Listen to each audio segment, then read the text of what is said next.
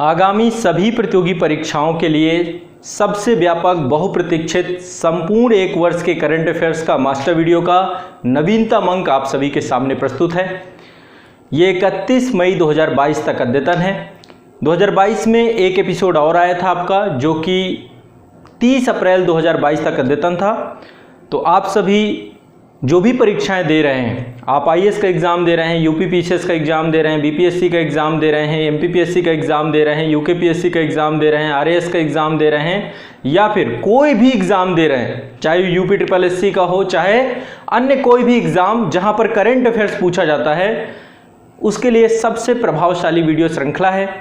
जैसा कि आप सभी जानते हैं कि मैं आप सभी को करंट अफेयर्स के मास्टर वीडियो एक मैगज़ीन की तरह लगातार लेकर के आ रहा हूं, और इसकी एक प्लेलिस्ट मैंने बनाई है जिसको मैं वीडियो के डिस्क्रिप्शन में भी दे दूंगा, और आज़ाद आईएएस एकेडमी के यूट्यूब चैनल पर आप सभी को करंट अफेयर्स का प्लेलिस्ट मिल जाएगा। करंट अफेयर्स मास्टर वीडियो की अपडेटेड प्लेलिस्ट मिल जाएगी, जहां पर आप सभी को अभी तक के सारे वीडियोज़ मिल जाएंगे। परीक्षा के पहले एक बार आप जरूर इनको देख करके जाएं, कम से कम लेटेस्ट 4 जरूर देख करके जाएं, है ना। जो अपडेटेड 4 वीडियो हैं वो जरूर देख करके जाएं। निश्चित तौर पर आप सभी को करंट अफेयर्स की एक एक विषय वस्तु आपको परीक्षा के लिए बहुत उपयोगी साबित होगी और आप बहुत कुछ सीख पाएंगे। तो मेरे पीछे ये पिछले 1 साल के करंट अफेयर्स का पूरा एक कोडिंग है। आपको कुछ दिख नहीं रहा होगा, बहुत सारे छात्रों की शिकायत रहती कि कुछ दिखाई नहीं देता, तो आपको कुछ देखने की ज़रूरत नहीं है। सिर्फ 2 घंटे मुझे सुनना है इत्मीनान से। 1 वर्ष के करंट अफेयर्स को कवर करने में बोर्ड की स्थिति यही होगी। तो ये मास्टर वीडियो का एक तरीके से यही एक फॉर्मेट है। और जैसा कि करंट अफेयर्स के मास्टर वीडियो के साथ ही समान अध्ययन विषय वस्तु के भी मास्टर वीडियो मैंने आपको बनाए हैं। सभी समान अध्ययन के विषय पर मैंने मास्टर वीडियो बना चुका हूं। अभी तक इतिहास पर बना चुका हूं, भारतीय राज्य व्यवस्था पे बना चुका हूं, इसके बाद आपका इकोनॉमी में बना चुका हूं, इसके बाद आपका पर्यावरण पे बना चुका हूं, साइंस पे बना चुका हूं, सेंसस पे बना चुका हूं। तो जो भी सब्जेक्ट हैं आपके, भूगोल पे, ज्योग्राफी पे बहुत डिटेल से, इंडियन वर्ल्ड, सब हर एक टॉपिक पे मैंने मास्टर वीडियो बनाए हैं। आप लोगों को प्लेलिस्ट आज़ाद आईएएस एकेडमी के यूट्यूब चैनल पे मिल जाएगी, आप लोगों को ज़रूर देखना चाहिए। और करंट अफेयर्स का ये पूरा का पूरा प्लेलिस्ट आपको काम करेगा। तो जो भी बच्चे अभी एग्ज़ाम देने जा रहे हैं, आप सभी एक बार ये मास्टर वीडियो देखने के बाद करंट अफेयर्स के पिछले 4 कम से कम मास्टर वीडियो ज़रूर देख लीजिएगा, जो कि प्लेलिस्ट में आपको क्रम से मिल जाएंगे। ठीक है, तो ये आपके लिए बहुत ज़रूरी है। और मैं सच बता रहा हूँ, यदि आप ये देख लेंगे, अंतिम एग्ज़ाम के अंतिम समय में एक तो रिवीजन हो जाता है आपको आत्मविश्वास भी आ जाता है, और पूरा करंट अफेयर्स बहुत कम समय में आप पूरा का पूरा जान पाते हैं। तो प्रारंभिक परीक्षा, मुख्य परीक्षा सब के लिए उपयोगी है। आप आराम से इस पूरी सीरीज़ को देखिए और देख करके परीक्षा में जाइए, निश्चित तौर पर आपको कोई भी तनाव नहीं होगा। साथ ही इंटायर वीडियो की एक व्यापक श्रृंखला मैंने आप सभी के लिए प्रारंभ की थी, तो उसमें कई सारे सब्जेक्ट कंप्लीट कर चुका हूं, जिसमें मैं एक साथ लगातार जो है क्लासेस लेता हूं। तो आप लोग इंटायर वीडियो आज़ाद आईएएस एकेडमी में इंटायर वीडियो का भी एक पूरा का पूरा प्लेलिस्ट बना दी गई है, उनको भी आप लोग एक बार देख करके जाएं। राज्य व्यवस्था, भारत का भूगोल, भारत का इतिहास, प्राचीन, मध्यकालीन, आधुनिक, कंप्लीट इंटायर वीडियो आपको मिल जाएंगे। ठीक है, बाकी आने वाले सब्जेक्ट के इंटायर वीडियो आपके चलते रहेंगे। तो मास्टर वीडियो, इंटायर वीडियो की श्रृंखला निरंतर रहेगी। परीक्षा के अंतिम समय में आप सभी कंप्लीट रिवीजन कर पाएँ, इसके लिए ये पूरा का पूरा कार्यक्रम आप सभी के लिए हमेशा मैं लेकर के आता रहूँगा, और ये आप सभी के लिए हमेशा निःशुल्क रहेगा, कंप्लीटली फ्री ऑफ कॉस्ट रहेगा। इसके लिए किसी भी तरीके से कोई भी दिक्कत वाली बात नहीं है। ठीक है, तो आप सभी आराम से अपनी तैयारी करिए और इस व्यापक विषय वस्तु को पढ़िए। ठीक है, तो ये करंट अफेयर्स का नवीनतम अंक है, 31 मई 2022 तक अद्यतन है। इस बोर्ड पे काफ़ी सारे टॉपिक हैं। जो टॉपिक मैंने पहले करवा दिए थे आपके, जो 2022 का अद्यतन आया था, जो 30 अप्रैल तक अद्यतन था, इसके पहले वाला वीडियो, उसमें काफ़ी कुछ कवर करा दिया मैंने। एक बार उसको ज़रूर देखिएगा और उसके पहले के 2-3 वीडियो और देख लीजिएगा। बस आपको फिर करंट अफेयर्स की दिक्कत नहीं लेनी, पिछले 2-3 साल का करंट अफेयर्स कवर हो जाएगा। बाकी जो अभी के लेटेस्ट अपडेटेड टॉपिक हैं वो सारे मैंने इसमें कवर किए हैं। आप आराम से एक एक करके मुझे सुनना है, और मैं निश्चित तौर पे आप मुझे सुनेंगे तो आपको एक एक चीज़ें आपके दिमाग में जाती चली जाएंगी, आपको पता भी नहीं चलेगा आने वाले 2 घंटे कैसे बीत गए। तो 2 घंटे के अंदर अंदर इतनी बड़ी विषय वस्तु आप लोग देख करके जाएंगे। बस पिछले वीडियो भी जरूर देखिएगा, बहुत ज़रूरी है। और आप लोगों से मेरा एक आग्रह है, जो लोग भी इस चैनल पर नए आ रहे हैं इस चैनल को जरूर सब्सक्राइब करिए हमारे मोटिवेशन के लिए। यदि आप इस वीडियो को देखते हैं तो एक बार लाइक करिए और सभी तक पहुंचाइए। भारत के हर एक बच्चे तक ये पहुंचना चाहिए, क्योंकि मेरा उद्देश्य है कि हर एक छात्र को जो है शिक्षा से वो दूर ही ना रखे। और मैंने जिस तरीके से काम किया है वो इन सभी उद्देश्यों के लिए किया है। तो आप इसको एक बार जो है उन छात्रों तक पहुँचाने का प्रयास करें जो छात्र जो है निश्चित तौर पे अच्छा कंटेंट नहीं मिल पाता या उनको कोई समस्या होती है। तो आप करंट अफेयर्स की पूरी प्लेलिस्ट जरूर सभी के साथ साझा करें ताकि वो लोग देख सकें, ठीक है। चलिए, इसके लिए आपका शुक्रिया। चलिए, मैं प्रारंभ करता हूं आपके करंट अफेयर्स के मास्टर वीडियो के इस अंक को। आराम से मेरे साथ एक एक करके चीज़ों को देखना है। पहले एक बार बता देता हूँ कि बोर्ड में क्या क्या चीज़ें हैं। राष्ट्रीय घटनाक्रम जो हाल फिलहाल में इस समय बड़ी चर्चा में रही हैं, इंपॉर्टेंट है, वो सारी यहाँ पे कवर हैं। अंतर्राष्ट्रीय परिदृश्य से जुड़े हुए जो टॉपिक हैं, भारतीय प्रधानमंत्री जी की जो यात्राएं हैं, जैसे कि जर्मनी गए, फ्रांस गए और नार्डिक शिखर सम्मेलन में सम्मिलित हुए, वो सारी यात्राएं यहाँ पर अभी कवर हैं जो कि अप्रैल मई में हुई हैं हाल फिलहाल में। इसके बाद जो है आर्थिक परिदृश्य में जो हाल फिलहाल में चीज़ें हुई हैं, बजट और इकोनॉमिक सर्वे पिछले वाले वीडियो में मैंने कवर करा दिया है। इसमें जो है आपका अभी मौद्रिक नीति को लेकर के कुछ चीज़ें जो अभी अपडेट आई हैं वो सारी चीज़ें, मौद्रिक वक्तव्य वगैरह देख लेंगे। इसके बाद साइंस एंड टेक में जो हमारी उपलब्धियां हैं, महत्वपूर्ण हैं, वो मैंने यहाँ पे कवर किया है। और इसके बाद सूचकांक जो है इंपॉर्टेंट, पहले तो सूचकांक की पूरी लिस्ट पिछले वीडियो में भी मैंने दे दी है, इसमें भी कुछ नए जो आए हैं उनको मैंने कवर किया है। इसके बाद पर्यावरण से जुड़ी हुई कुछ विषय वस्तु हैं यहाँ पे जो इंपॉर्टेंट है, जो मुझे लगा कि IAS और PCS जैसे एग्जाम में पूछा जा सकता है। उत्तर प्रदेश राज्य से भी मैंने यहाँ पे कवर किया है, चूंकि यूपी स्पेशल उत्तर प्रदेश राज्य में पूछा जाता है, तो ये उत्तर प्रदेश का करंट अफेयर्स भी काफ़ी कवर किया है। और कुछ चर्चित व्यक्तित्व हैं। इसके पिछले वाले वीडियो में मैंने खेल पूरा कवर किया था, पुरस्कार कवर किए थे, वो सारी चीज़ें वहाँ पर कवर हैं। और बाकी राष्ट्रीय अंतर्राष्ट्रीय प्रदेश वो सारी चीज़ें वहाँ पर आपको मिल जाएंगी। तो ये वीडियो देखने के बाद तुरंत आप उसे जरूर देख लीजिएगा। डिस्क्रिप्शन में मैं पूरी प्लेलिस्ट आपके लिए डाल दूंगा, उस प्लेलिस्ट से सारे वीडियो देख लो। एक दिन में देख सकते हो आप पूरे टॉप 4 एक दिन में देख करके अपने एग्जाम हॉल पे आराम से जाइए। करंट अफेयर्स के लिए निश्चिंत रहिएगा, आपको रिकॉल कर जाएगा प्रारंभिक परीक्षा में, दिक्कत वाली बात नहीं है। चलिए प्रारंभ करते हैं, ठीक है। देखिए, सबसे पहला जो करंट अफेयर्स है वो है हमारा इस समय जो सबसे ज़्यादा चर्चित है वो है मंकी पॉक्स को लेकर के। आप लोगों को पता है कि अभी पूरा विश्व कोविड-19 महामारी से जूझ रहा है। अभी भी देखिए चीन में स्थिति बहुत भयावह है, जबकि चीन से ही वायरस का जन्म हुआ और अभी तक पता नहीं चला कि वो वायरस जो है लैब में बनाया गया है, उसके लिए जिम्मेदार कौन है। लेकिन फिर भी कोविड-19 अभी भी पूरे विश्व के लिए एक बहुत बड़ा खतरा है, जबकि भारत ने बहुत सराहनीय काम किया है कि हमने पूरे इतनी बड़ी आबादी को जो है उसका टीकाकरण, जिस तरीके से वैक्सीनेशन हुआ है और लगातार बूस्टर डोज और सारी चीज़ें हो रही हैं, तो बहुत सराहना के पात्र हैं भारत के जिस तरीके से काम किया गया इस पूरी अवधि में। लेकिन इसके बावजूद भी पूरे विश्व से खतरा गया नहीं है, लेकिन उसकी एवज में एक दूसरा खतरा आ चुका है मंकी पॉक्स का। अब ये मंकी पॉक्स क्या है? एक तरीके से चेचक के बारे में आप सभी जानते होंगे, ईश्वर न करे आप लोगों को कभी हो, लेकिन फिर भी कई बार जो है चपेटे में आ जाते हैं चेचक के अभी भी, जबकि चेचक में काफ़ी कंट्रोल नियंत्रण किया जा चुका है। एक समय तो बहुत ज़्यादा बड़े स्तर पे चेचक होती थी और पूरा गांव का गांव चपेट पे आ जाता था। तो मंकी पॉक्स भी कुछ उसी तरीके का एक वायरस है और ये वायरस अपने आप में बहुत घातक और भयावह बन चुका है। विश्व के जो बड़े देश हैं जिनको विकसित इकोनॉमी, डेवलप्ड इकोनॉमी के तौर पर हम जानते हैं, कोरोना में भी ये तबाह हो गए और अभी मंकी पॉक्स, खासकर अमेरिका, यूके, ऑस्ट्रेलिया, स्पेन, है ना। आमतौर पे मंकी पॉक्स के बारे में जो इसका ओरिजिन है वो अफ्रीका देश से है, मध्य अफ्रीका और जो आपका साउथ अफ्रीका या फिर ऊपरी नॉर्थ अफ्रीका, मतलब अफ्रीका देश से इसका ओरिजिन हुआ है इस पूरे वायरस का। लेकिन अब ये बहुत तेजी से पूरे विश्व में प्रसारित हो रहा है, खासकर हाल ही में, है ना। 1958 में इसको पहली बार पता चला था, जब एक रिसर्च के लिए बहुत सारे बंदरों को जो है रखा गया था और उस बंदरों में इस तरीके के सिम्टम्स पाए गए थे। इसके लक्षण सामान्य है, जैसे अन्य जो बहुत सारे रोग हैं जिनमें होते हैं कि सर दर्द होना, बॉडी पेन होना, बुखार आना, है ना, आमतौर पे वैसे ही सामान्य लक्षण ही हैं और इसकी अभी कोई पर्टिकुलर वैसी दवा नहीं है, तो अपने आप में बहुत घातक है। तो एक बार मंकी पॉक्स के बारे में आपको बताता हूं। हाल ही में यूके में बहुत सारे स्वास्थ्य अधिकारी थे, जो स्वास्थ्य अधिकारी नाइजीरिया गए थे, है ना। तो बहुत सारे लोग भी जो है आप जानते हैं आते जाते रहते हैं, तो बहुत सारे लोग जो है नाइजीरिया गए और वापस जब यूके लौट करके आए तो उनमें पाया गया कि एक मंकी पॉक्स नामक वायरस की पुष्टि हुई। ये पता चला यूके में, फिर अमेरिका में बहुत बुरा हाल हो गया, अमेरिका के बाद अभी ऑस्ट्रेलिया में बहुत बुरा हाल है, स्पेन में बहुत बुरा हाल है, इटली में बहुत बुरा हाल है।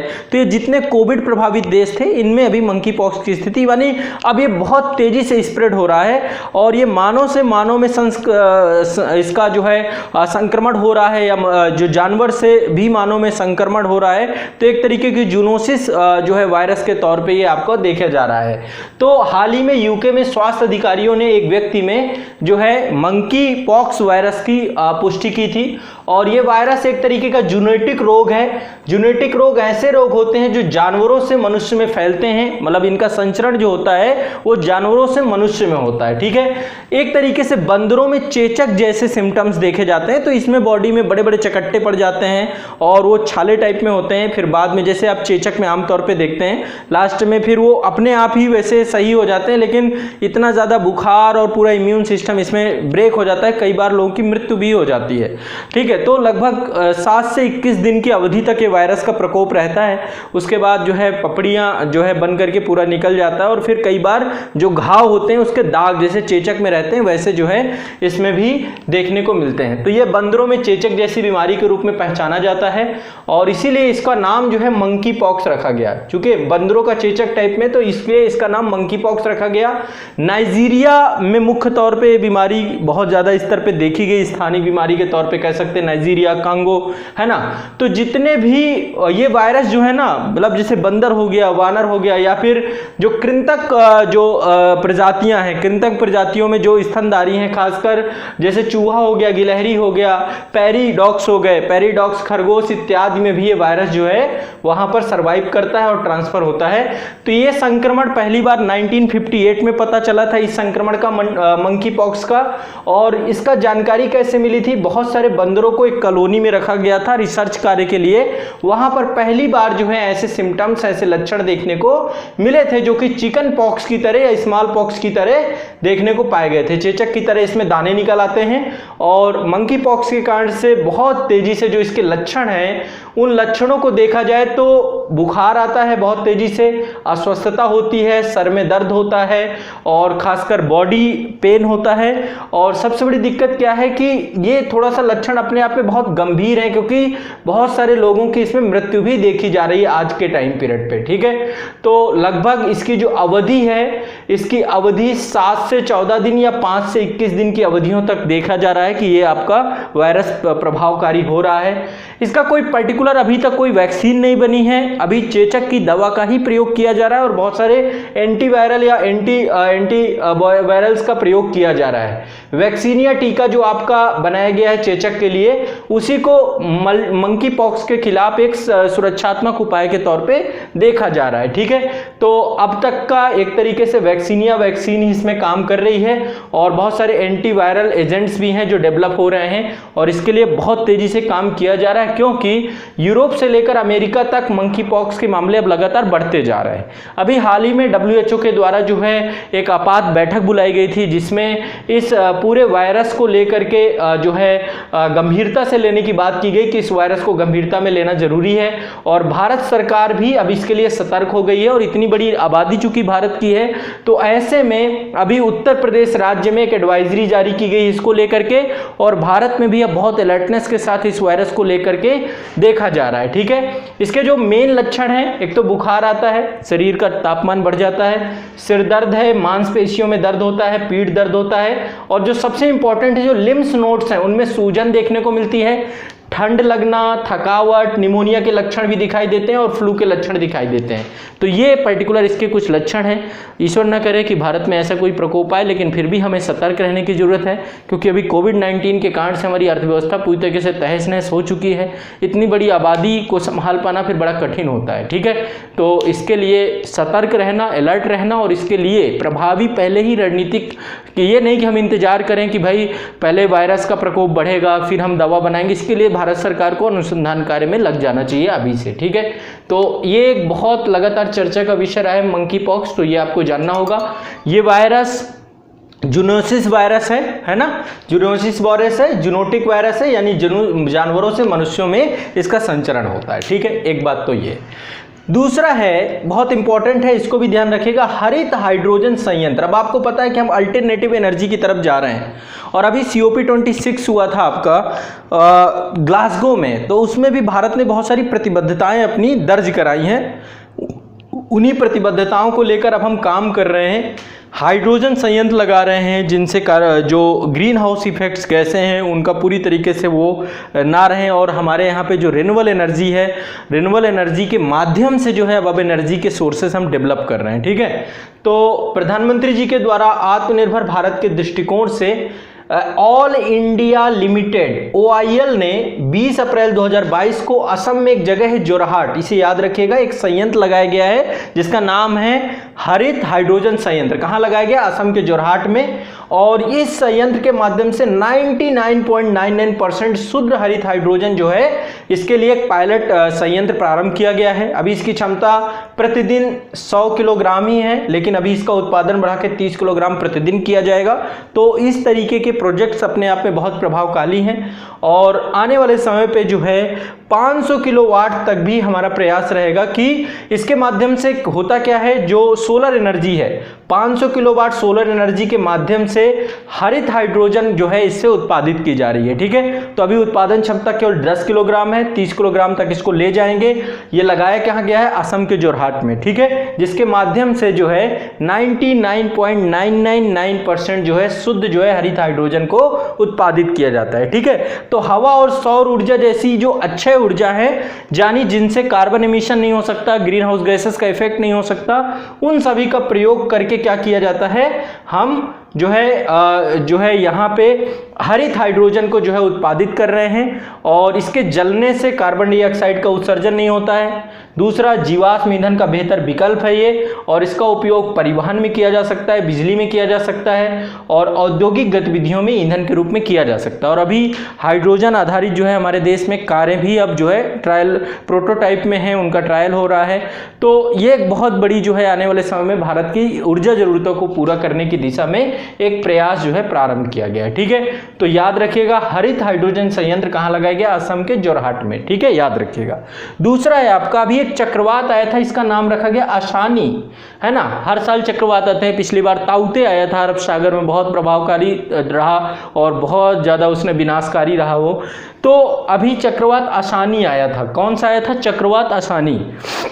हर साल जो है बंगाल की खाड़ी में या अरब सागर में ये जो है आपके निम्न दाबीय गर्त बनते हैं, यही चक्रवात हैं। इसके लिए मेरा एक सेपरेट वीडियो पड़ा हुआ है चक्रवात को लेकर, जब ताउते आए तो पिछले साल मैंने बनाया था। यदि आप देखना चाहें तो उसको देख लीजिएगा कि चक्रवात कैसे बनते हैं, क्या पूरा का पूरा जो है हाई प्रेशर, लो प्रेशर, ये सारी चीज़ें वहाँ पर मैंने डिटेल से बताया है।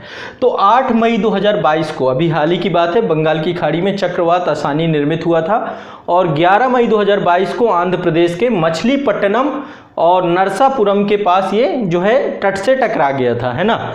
और इसके बाद जो है इसका जो नाम रखा है वो श्रीलंका ने रखा है इस बार, है ना। इससे पहले दिसंबर 2021 में एक और चक्रवात आया था जिसका नाम था जवाद चक्रवात था, और जवाद का नाम जो है सऊदी अरब के द्वारा रखा गया था। ठीक है, तो आसानी नाम श्रीलंका ने रखा है और जवाद का नाम सऊदी अरब ने रखा है। ठीक है, तो आप एक बार उस वीडियो को देखेंगे, उसमें सब बताया मैंने, नामकरण कैसे होता है, सारी चीज़ें उसमें डिस्कस करेंगे। ठीक है, तो आसानी के बारे में याद रखिएगा, अभी चक्रवात आसानी आया था। इसके बाद एक ये संवाद होता है, बहुत इंपॉर्टेंट है, भारत की भू राजनीतिक भू आर्थिक सम्मेलन के तौर पर वैश्विक समुदाय के समक्ष उपस्थित जितनी भी समस्याएं होती हैं, चुनौतियां होती हैं, उन चुनौतियों को इस संवाद में रखा जाता है, और विश्व की बड़ी बड़ी जो है संस्थाएं इसमें सहभागिता लेती हैं। तो रायसीना डायलॉग 2022 का 7वां संस्करण अभी मनाया गया। कौन सा संस्करण? 7वां संस्करण। ठीक है, यह आपका 25 से 27 अप्रैल 2022 को जो है इसका आयोजन हुआ था, रायसीना संवाद 2022 का। तो भारत का प्रमुख वार्षिक है, हर साल होता है ये, भू राजनीतिक और भू आर्थिक सम्मेलन है ये, और यह एक बहुपक्षीय सम्मेलन है। कई सारे मल्टी सेक्टरल जो है जो जितने भी स्टेक होल्डर हैं वो सारे इसमें सम्मिलित होते हैं। और इस संवाद में जो है ये 7वां संस्करण था। इसका पहला संस्करण 2016 में आया था। आयोजन जो है इसका कौन करता है? ऑब्जर्वर रिसर्च फाउंडेशन तथा भारत सरकार का विदेश मंत्रालय, दोनों मिलकर के इस पूरे का आयोजन करते हैं। और ये संवाद सिंगापुर का जो संग्रीला संवाद है उससे प्रेरित है। संग्रीला संवाद से ये प्रेरित है, ठीक है।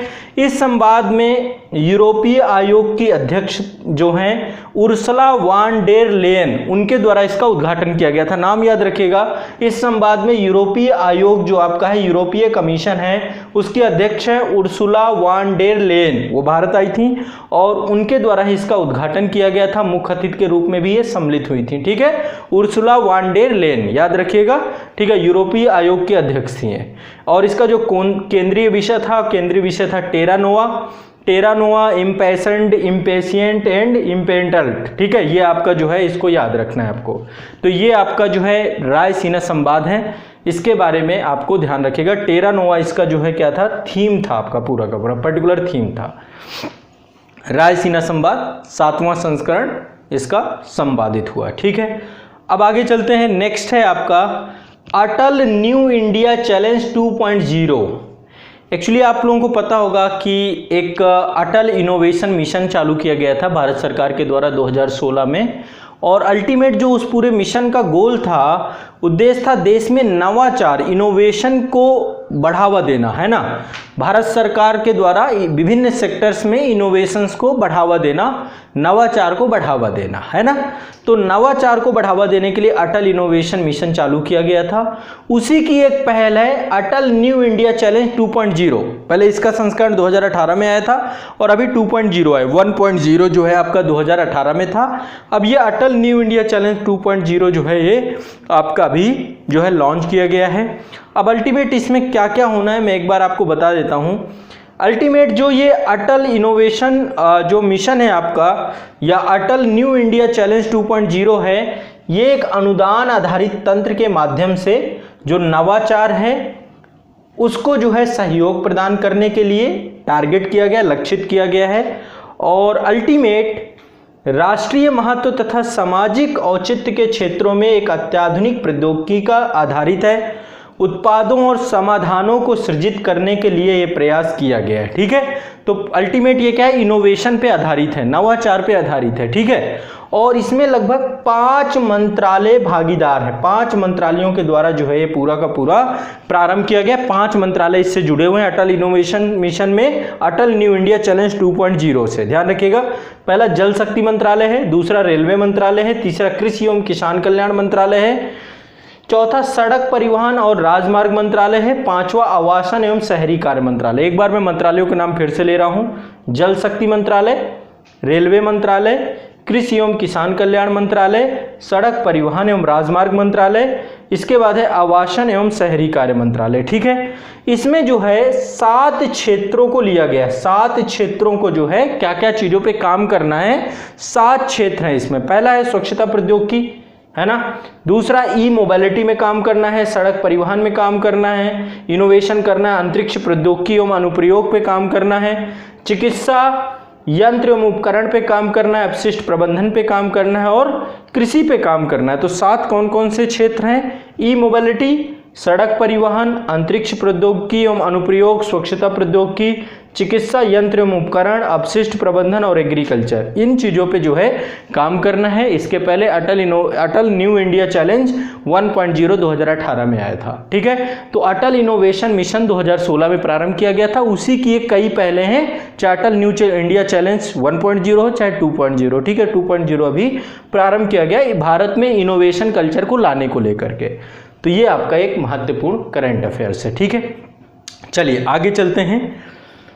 देखिए, भारत के प्रधानमंत्री जी अभी यूरोप गए थे कोविड के दौरान। तो आपको पता है कि पहली यात्रा कोविड के बाद बांग्लादेश की थी, जब पिछले साल 50 साल पूरे हो रहे थे बांग्लादेश के, और शेख मुजीबुर रहमान जी की भी जयंती थी। तो ओवरऑल कहने का मतलब ये है कि भारत के जो प्रधानमंत्री नरेंद्र मोदी जी हैं, उनका भी यूरोप दौरा हुआ था हाल ही में। सबसे पहले जर्मनी गए और जर्मनी के चांसलर हैं जिनका नाम है ओलाफ स्कोल्ग, ठीक है, ओलाफ स्कोल्ग जी से मुलाकात हुई उनकी। और इस पूरे जो जर्मनी के साथ जो टोटल ये पूरा का पूरा यूरोप दौरा था, इसमें ग्रीन एनर्जी पे बात हुई और सतत ऊर्जा पे बात हुई। इस पे लगभग 9 समझौते किए गए, ठीक है। मैं अभी सारे समझौते आपको बता देता हूं। ग्रीन एनर्जी ये अपने आप में बहुत महत्वपूर्ण है। कारण क्या है, अभी COP26 में आपको बताऊंगा। अभी क्या था, 31 अक्टूबर 2021 से लेकर 13 नवंबर 2021 तक संयुक्त राष्ट्र जलवायु परिवर्तन का शिखर सम्मेलन था, UNFCCC का COP26। हर साल कोप होता है ना। COP कॉन्फ्रेंस ऑफ पार्टीज 26 हुआ था। इसका आयोजन स्कॉटलैंड में हुआ था, UK में, है ना। स्कॉटलैंड में एक जगह है ग्लासगो, बड़ा फेमस शहर है, यहाँ पे संपन्न हुआ था। ये मैं पहले आपको थोड़ा सा बताया था COP26, और रट लेना इसको, कई बार आता है, पूछता है COP के बारे में, ठीक है। तो जो कॉन्फ्रेंस ऑफ पार्टीज जो है आपका संयुक्त राष्ट्र जलवायु परिवर्तन शिखर सम्मेलन, ये आपका आयोजित किया गया था। इसमें भारतीय मूल के ब्रिटिश एक पर्सन थे जिनका नाम था आलोक शर्मा, उनके द्वारा इसकी अध्यक्षता की गई। थे वो ब्रिटिश लेकिन भारतीय मूल के थे, आलोक शर्मा जी, उनके द्वारा इसकी अध्यक्षता की गई। और प्रधानमंत्री नरेंद्र मोदी जी के द्वारा COP26 में पंचामृत का मंत्र दिया गया। अब देखो UPSC में कई बार बोल देता है कि हाल ही में समाचार पत्रों में जो है पंचामृत शब्द बड़ा मतलब चर्चा में रहा, ये किससे संबंधित है। तो ये आपको थोड़ा शब्दों को भी ध्यान रखना है, इस तरीके के शब्द यदि पूछ लेता है कभी। तो पंचामृत मंत्र दिया, ठीक है। पंचामृत के अंतर्गत भारत ने 5 प्रतिबद्धताओं पे बात की है कि 5 कमिटमेंट्स हमने किए हैं अपने, इसलिए अब हम हर जगह जाके ग्रीन एनर्जी और जो है सतत ऊर्जा की बात कर रहे हैं। तो इसमें जो पंचामृत में पहली बात क्या थी, पहली प्रतिबद्धता की 2030 तक हम गैर जीवाश्म ऊर्जा क्षमता को 500 गीगावाट तक ले जाएंगे।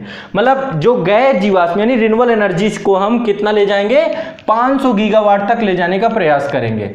2030 तक भारत अपनी 50% ऊर्जा आवश्यकताओं को किससे याद करेगा, अक्षय ऊर्जा के माध्यम से पूरा करेगा। ये हमारे कमिटमेंट्स हैं जो हम प्रतिबद्धताएं देकर के आए हैं कि हम 2030 तक अपनी 50% से ज्यादा जो हमारी जो वो रिन्यूएबल एनर्जी को हम जो है अपना प्रयास करेंगे, तो उसके साथ जोड़ने का प्रयास करेंगे। वर्ष 2030 तक अपनी अर्थव्यवस्था की कार्बन तीव्रता को 45% से भी कम करने का प्रयास करेंगे। मतलब जो कार्बन तीव्रता उसको 45% से भी कम करने का प्रयास करेंगे। भारत वर्तमान से लेकर 2030 तक कुल अनुमानित कार्बन उत्सर्जन के 1 बिलियन टन की कटौती भी करेगा। तो 2030 तक कुल अनुमानित कार्बन उत्सर्जन का 1 बिलियन टन, मतलब हम अपना कार्बन उत्सर्जन कम करने का प्रयास करेंगे 1 बिलियन टन, ठीक है। और 2070 तक भारत शून्य कार्बन उत्सर्जन की प्राप्ति का लक्ष्य प्राप्त करेगा। तो ये ध्यान रखिएगा, 2070 हमने टारगेट रखा है कि 2070 तक शून्य कार्बन, है ना, शून्य कार्बन उत्सर्जन। मतलब जितना कार्बन उत्सर्जन होगा उतना ही हम जो है, उतने ही हमारे यहाँ वृक्षारोपण हो जाएगा, वनारोपण हो जाएगा, उतना ही उसके लिए हम कार्बन सिंक बना देंगे कि वो अवशोषित हो जाए आमतौर पे। तो ये हमारी प्रतिबद्धताएं बनाई गई COP26 में। ये भारत जो है पंचामृत के बारे में प्रधानमंत्री जी कह के आए हैं। पहला क्या है, 2030 तक भारत गैर जीवाश्म ऊर्जा का 500 गीगावाट तक ले जाएगा, यानी कि हम रिन्यूएबल एनर्जी 500 गीगावाट तक लेकर के जाएंगे अपनी। इसके बाद 50% तक ऊर्जा आवश्यकताओं की पूर्ति हम अक्षय ऊर्जा के माध्यम से करेंगे, रिन्यूएबल एनर्जी के माध्यम से करेंगे या सतत ऊर्जा के माध्यम से करेंगे। वर्ष 2030 तक भारत की अर्थव्यवस्था की कार्बन तीव्रता को 45% तक कम करने का प्रयास करेंगे। भारत वर्तमान से लेकर 2030 तक कुल अनुमानित कार्बन उत्सर्जन में 1 बिलियन टन की कटौती करेगा और 2070 तक हम अपनी जो है शून्य कार्बन की तरफ अपने देश को ले जाएंगे कि हम जीरो कार्बन पे आ जाएंगे, ठीक है, जीरो कार्बन उत्सर्जन पे आ जाएंगे, ठीक है। अब COP26 के दौरान UK, भारत, अब देखिए यहाँ पर एक और संस्था हमने बनाई है। ये कौन सी संस्था है, इसका नाम है infrastructure for resilient island states, है ना। अब ये क्या है, इसको एक बार समझने का प्रयास करिए। COP26 में UK के द्वारा, भारत के द्वारा, ऑस्ट्रेलिया के द्वारा, फिजी के द्वारा, जमैका के द्वारा तथा मॉरिशस के द्वारा, इसमें कुछ छोटे छोटे द्वीप भी सम्मिलित हैं।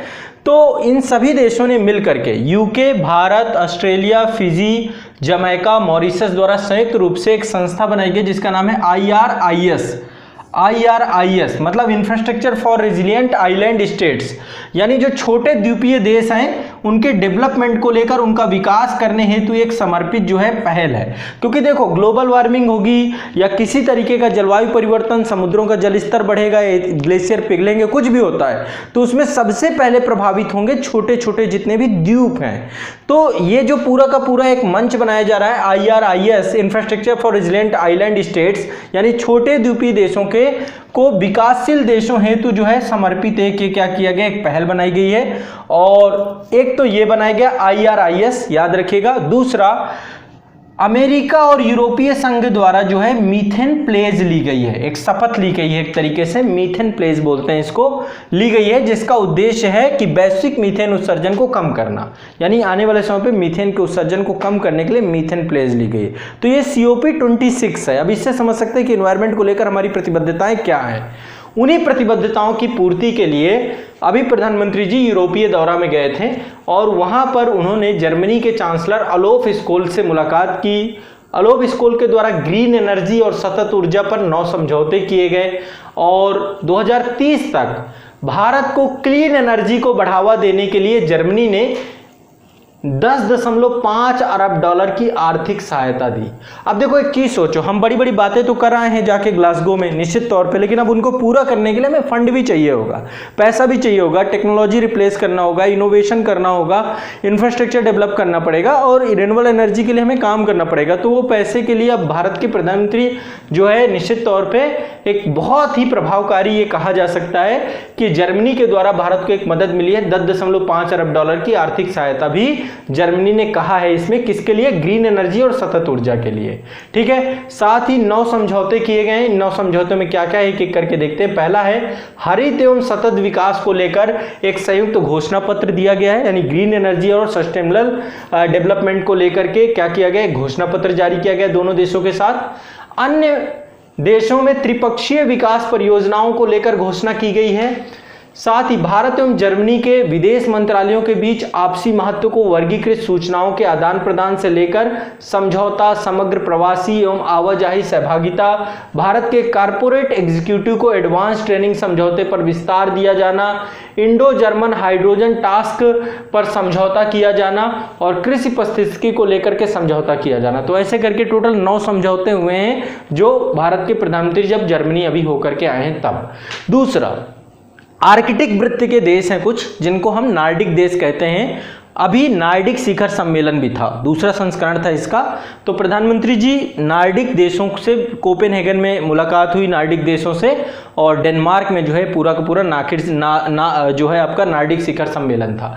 तो 4 मई 2022 को नार्डिक शिखर सम्मेलन के दौरान प्रधानमंत्री नरेंद्र मोदी जी, जो टोटल नार्डिक देश हैं, टोटल याद कर लीजिए 5 नार्डिक देश हैं, Denmark, Sweden, Norway, Iceland, Finland. फिर से एक बार देखते हैं, Denmark, Sweden, Norway, Iceland, Finland. दिमाग में मानचित्र, गूगल मैंने पढ़ाया आप लोगों को, वर्ल्ड ज्योग्राफी पढ़ाया, वर्ल्ड ज्योग्राफी में खूब अच्छे से याद करवाए थे सारी चीजें।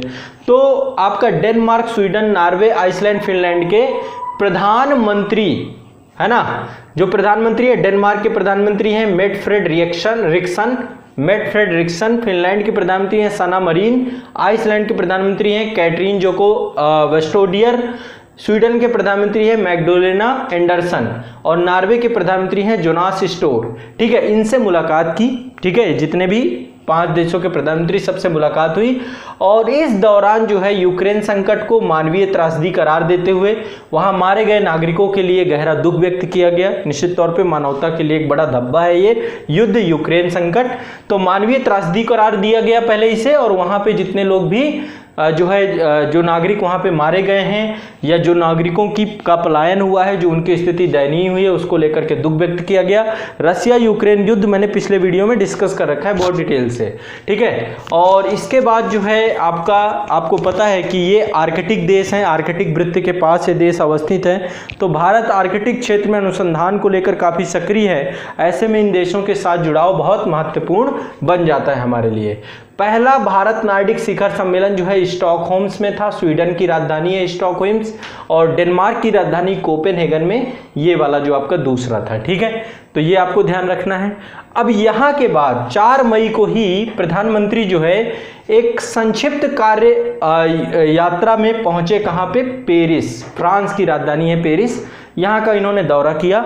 ठीक है, तो एक अभी विजिट थी प्रधानमंत्री जी की फ्रांस में, तो एक संक्षिप्त कार्य योजना वर्किंग विजिट थी। वर्किंग विजिट में प्रधानमंत्री जो है पेरिस पहुंचते हैं और पेरिस के जो फ्रांस के राष्ट्रपति इमैनुअल मैक्रों के द्वारा बड़े गर्मजोशी के साथ स्वागत किया गया। वो इमेज आप लोगों ने देखी होगी जिसमें दोनों एक दूसरे के गले मिल रहे हैं, प्रधानमंत्री दोनों देशों के, और बड़ी जो है वो सराहना भी हुई। तो एक तरीके से फ्रांस हमारा एक अच्छा मित्र है और हमेशा जो है भारत की हर तरीके से मदद लगातार कर रहा है। तो पेरिस फ्रांस का दौरा किया और पेरिस में प्रधानमंत्री मोदी एवं फ्रांस के राष्ट्रपति इमैनुअल मैक्रों के मध्य प्रतिनिधि मंडल स्तर की वार्ता संपन्न हुई।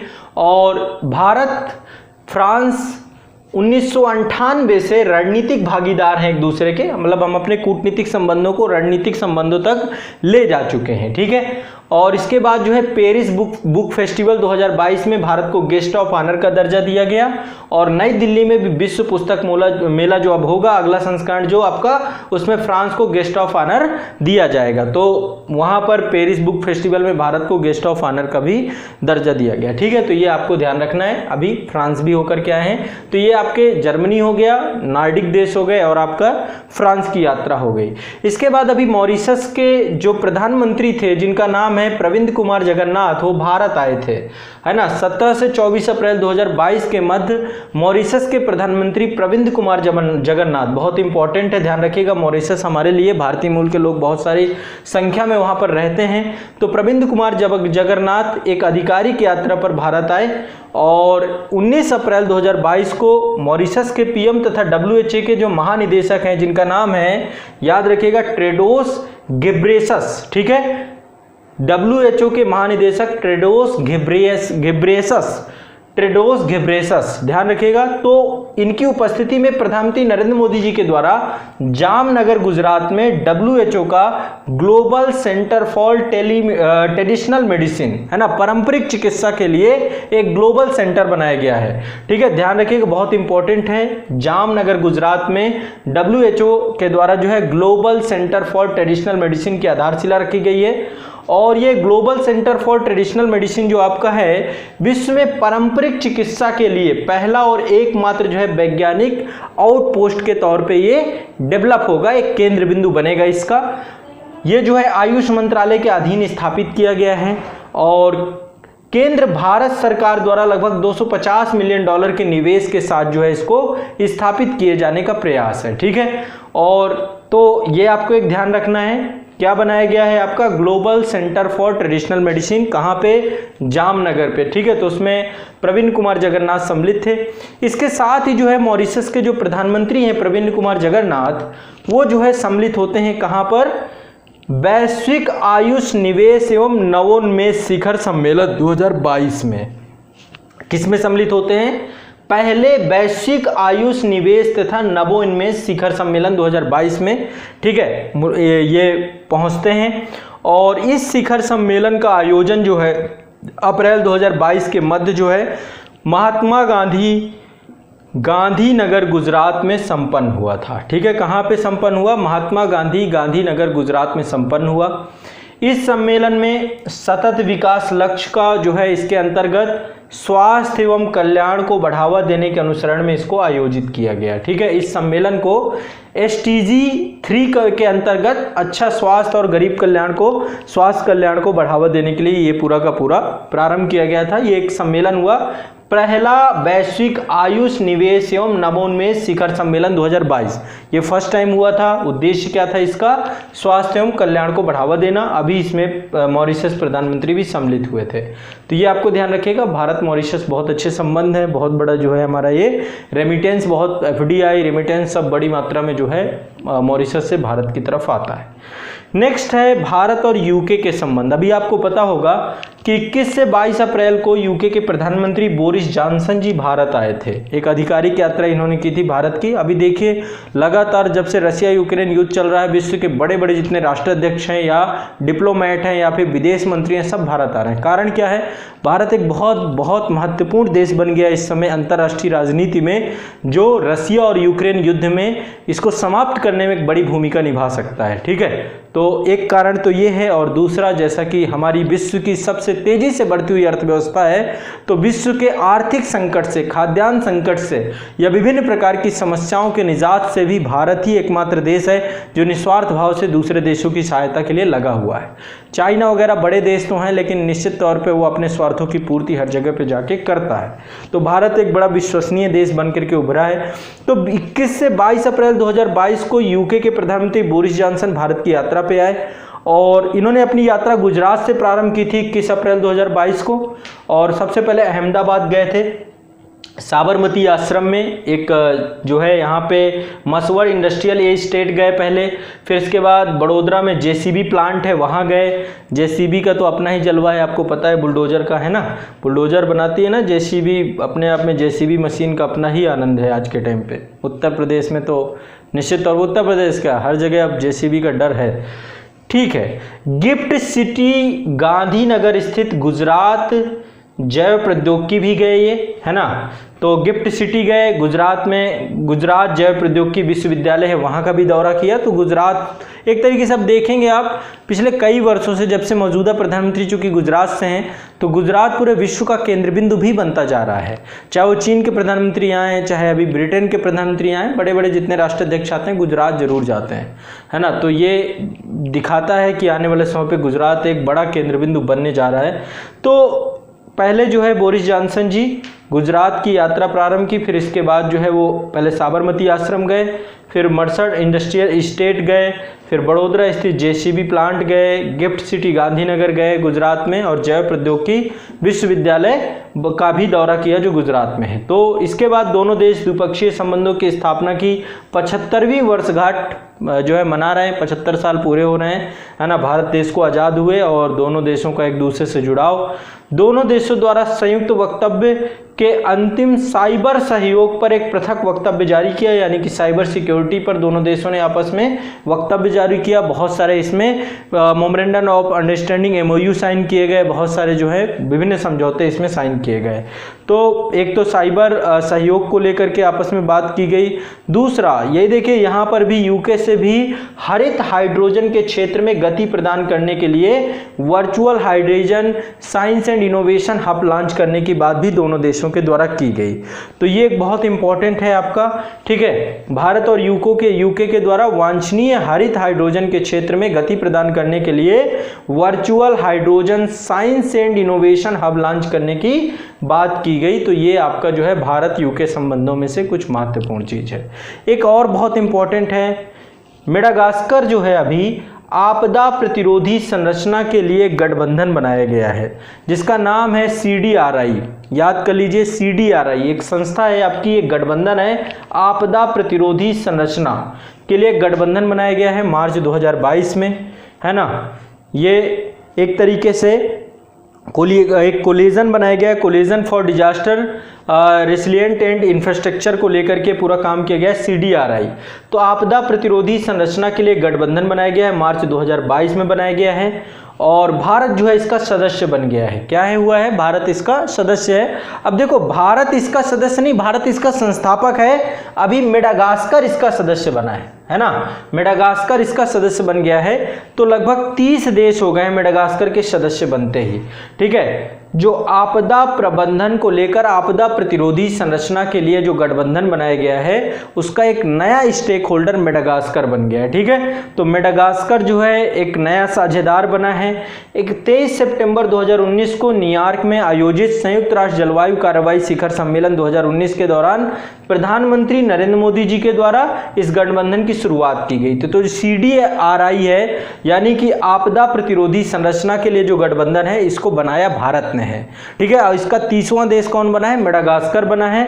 और इसमें 30 देशों के अलावा बहुत सारी अंतर्राष्ट्रीय संगठन भी इसके साथ जुड़े हुए हैं, जैसे एशियाई डेवलपमेंट बैंक इसके साथ जुड़ा हुआ है, वर्ल्ड बैंक जुड़ा हुआ है, UNDP जुड़ा हुआ है, आपदा जोखिम न्यूनीकरण हेतु संयुक्त राष्ट्र का कार्यालय जुड़ा हुआ है, इसके बाद यूरोपीय संघ जुड़ा हुआ है, जलवायु प्रतिरोधी निवेश हेतु गठबंधन जुड़ा हुआ है, और आपदा प्रतिरोधी सोसाइटी निजी क्षेत्र में गठबंधन जितने भी हैं वो सारे जुड़े हुए हैं। तो अपने आप में एक बहुत महत्वपूर्ण मंच भारत के द्वारा डिजास्टर मैनेजमेंट के लिए बनाया गया है CDRI, और CDRI का अभी नवीनतम जो सदस्य देश बना है वो आपका मेडागास्कर बना है। याद रखिएगा, क्वेश्चन पूछा जा सकता है। और जो CDRI है 29 सितंबर 2019 को न्यूयॉर्क में संयुक्त राष्ट्र जलवायु कार्यवाही शिखर सम्मेलन में भारत सरकार के द्वारा प्रधानमंत्री नरेंद्र मोदी जी के द्वारा जो है इसको क्या किया गया था, इसकी शुरुआत करने की घोषणा की गई थी, याद रखिएगा। ठीक है, तो ये आपका एक महत्वपूर्ण है। CDRI का सदस्य बना है मेडागास्कर, पूछा जा सकता है, यूपीएससी में बहुत इंपॉर्टेंट है। एक योजना प्रारंभ की गई है, रैंप योजना, याद कर लीजिए, MSME सेक्टर के लिए ये योजना बनाई गई। किसके लिए बनाई गई है? MSME सेक्टर के लिए, रैंप योजना। ठीक है, तो 30 मार्च 2021 को केंद्रीय मंत्रिमंडल द्वारा MSME के प्रदर्शन को बेहतर बनाने के लिए, है ना, MSME का मतलब क्या है? सूक्ष्म लघु और मध्यम उद्योग। सूक्ष्म लघु और मध्यम उद्योग के प्रदर्शन को बेहतर बनाने और उसको गति प्रदान करने के लिए 808 मिलियन अमेरिकी डॉलर और 6062 करोड़ या 6062 करोड़ रुपया विश्व बैंक की सहायता से, रैंप योजना स्पॉन्सर्ड बाय विश्व बैंक, विश्व बैंक की सहायता से जो है ये कार्यक्रम को मंजूरी प्रदान की गई है। ठीक है, योजना की अवधि 5 वर्ष है, यानी 2021-22 से लेकर 2025-26 तक ये योजना है। उद्देश्य एक ही है कि MSME कार्यक्रम से जुड़े हुए जितने भी संस्थान हैं और इससे जुड़ा हुआ जो एडमिनिस्ट्रेशन है उसको मजबूत बनाना, बाजार और ऋण से जुड़े हुए संस्थानों और शासन को और बेहतर करना, और साथ में बाजार और ऋण की तक MSME की पहुंच सुनिश्चित कराना, केंद्र और राज्य संबंधों को बेहतर बनाना, और MSME के जो भुगतानों को लेकर देरी हो रही है उसका समाधान करना। तो एक तरीके का ये विश्व बैंक की सहायता से भारत में, देखिए, भारत में रोजगार की समस्या का समाधान जो है वो MSME सेक्टर के द्वारा ही संभव है ना। सूक्ष्म लघु और मध्यम उद्योगों का जब विकास होना चालू होगा, रोजगार के व्यापक अवसर जो है यहां से ही निकलेंगे। तो इसकी समस्या के समाधान के लिए रैंप योजना प्रारंभ की गई है, और भारत में MSME को, मतलब MSME को पर्यावरण अनुकूल बनाने की दिशा में भी प्रयास किया जाएगा। तो देखो, अब आने वाले समय पे अब सबको प्रो एनवायरमेंटल बनाना है, किसी तरीके से भारत में जो है एक ऐसा जो है माहौल क्रिएट करना है जो पर्यावरण के अनुकूल हो, उस दिशा में भी काम आपको देखने को मिलेगा। तो इससे सूक्ष्म लघु और मध्यम उद्योगों में सुधार होगा। मजबूती हेतु कई सारी कमेटी पहले बनाई गई थी। MSME के लिए एक कमेटी बनाई गई थी, UK Sinha committee, VK Kamat committee बनाई गई थी, और प्रधानमंत्री की आर्थिक सलाहकार परिषद द्वारा भी ये सिफारिश दी गई थी कि भारत में सूक्ष्म लघु और मध्यम उद्योगों का सुधार किया जाए और उन्हें मजबूत बनाया जाए। ठीक है, तो ये एक बहुत इंपॉर्टेंट है, ध्यान रखिएगा। रैंप योजना आपकी MSME सेक्टर से जुड़ी हुई है, पूछा जा सकता है। इसके बाद देखिए, RBI के द्वारा हर 2 महीने में मौद्रिक नीति जारी की जाती है। तो अभी मौद्रिक नीति वक्तव्य 2022-23 आया है। 4 मई 2022 को RBI के गवर्नर शक्तिकांत दास जी की अध्यक्षता में जो मौद्रिक नीति की कमेटी है, उस कमेटी के द्वारा जो है मौद्रिक वक्तव्य 2022-23 जारी किया गया है। ठीक है, अब देखो, मौद्रिक वक्तव्य के अंतर्गत देखिए, देश के आर्थिक विकास को बढ़ाने के लिए या देश में महंगाई का स्तर क्या है, इन सब चीजों को ध्यान में रखते हुए RBI के द्वारा देश के आर्थिक विकास को संवर्धित करने के लिए क्या किया जाता है? मौद्रिक वक्तव्य जारी किया जाता है। ठीक है, मौद्रिक वक्तव्य या मौद्रिक नीति, मॉनेटरी पॉलिसी जो है जारी की जाती है। तो इसके तहत जो नीतिगत दरें हैं, एक तो जो आपका CRR है, CRR मतलब देखो, बैंक जो है, बैंक में जो भी पैसा आप जमा करते हैं, बैंक को पूरा पैसा जो है मार्केट में लोन में नहीं देता। बैंक को दिया गया आपका पैसा बैंक के लिए एक लायबिलिटी है, उसके लिए एक उत्तरदायित्व है, क्योंकि उस पैसे को उसे आपको वापस भी करना है, ब्याज दर के साथ आपको वापस करना है, और अपने खर्चे भी चलाने हैं। इतना बड़ा इंफ्रास्ट्रक्चर बैंक का होता है तो उसके खर्चे भी चलाने हैं। तो ऐसे में बैंक के द्वारा आप जो भी पैसा देते हैं बैंक को, बैंक में पैसा आप दे करके आते हैं, खूब सारा पैसा आप जमा करते हैं अपना। अब तो सारे लोगों को बैंक से जोड़ दिया गया है, तो बैंक पूरा पैसा लोन में नहीं उठा सकता। बैंक इस प्रॉफिट को पाने के लिए आपका दिया हुआ पैसा लोन में उठा देता है, तो पूरा लोन में नहीं उठाता। उसके लिए एक आरक्षित अनुपात, एक रिजर्व रेशियो बनाया गया है कि टोटल जितना भी पैसा होगा, मान लीजिए 100 करोड़ रुपए है, तो 100 करोड़ रुपए का 4%, यानी 4 करोड़ रुपए CRR में रखना होगा, नगद आरक्षित अनुपात। कैश रिजर्व रेशियो में रखना पड़ेगा। तो CRR कितना है 4%। देखो इकोनॉमी के मास्टर वीडियो मैंने डिटेल समझाया है, CRR क्या है, SLR क्या है, रेपो रेट क्या है, रिवर्स रेपो रेट क्या है, MSF क्या है, ओपन मार्केट ऑपरेशन क्या है। एक बार डिटेल से आप लोग उसको सेशन को जरूर देख लीजिए। अभी मैं इकोनॉमी की क्लास भी डिटेल से करा रहा हूँ, वहां पे भी बहुत अच्छे समझाया है सारी चीजें, क्योंकि वहां पे आपको ज्यादा अच्छे समझ में आ जाएगा, यहाँ पे नहीं समझ में आएगा शायद, क्योंकि यहाँ पे मैं केवल आपको करंट बता रहा हूँ। तो आप एक बार हिस्टोरिकल बैकग्राउंड, इसके बाद जो है एक बार इकोनॉमी का मास्टर वीडियो देख सकते हैं, वहां पे मैंने बहुत आसानी से व्यवहारिक स्तर पे समझाया है। तो CRR 4%, SLR 18%, ठीक है। लेकिन जो चलनिधि समायोजन सुविधा है यानी LAF है, जिसके तहत लिक्विडिटी जो एडजस्टमेंट फैसिलिटी है, उसके तहत LAF के तहत नीतिगत दरों में परिवर्तन किया गया है। रेपो रेट बढ़ा दिया गया है। रेपो रेट पहले 4% होता था, अब उसे 4.4% कर दिया गया है, ठीक है। रेपो रेट अल्पावधि एक तरीके से अल्पावधि ऋण होता है जो कि बैंकों द्वारा RBI से लिया जाता है। तो बैंक जो कोई भी बैंक यदि उसको पैसे की जरूरत है वो RBI से ऋण ले सकता है, लेकिन उसके लिए उसको क्रेडिट में कुछ ना कुछ रखना पड़ेगा अपना, जो है वहां पे जैसे मान लीजिए कि गवर्नमेंट सिक्योरिटी होती है, गवर्नमेंट सिक्योरिटी रख के उतना ऋण प्राप्त कर सकते हैं, अल्पावधि ऋण। दीर्घावधि ऋण के लिए फिर बैंक रेट पे जाना पड़ता है, उसके लिए बैंक रेट होता है। तो रेपो रेट के माध्यम से अभी कितना है 4.4%, याद रखिएगा क्योंकि ये अभी बढ़ गया है।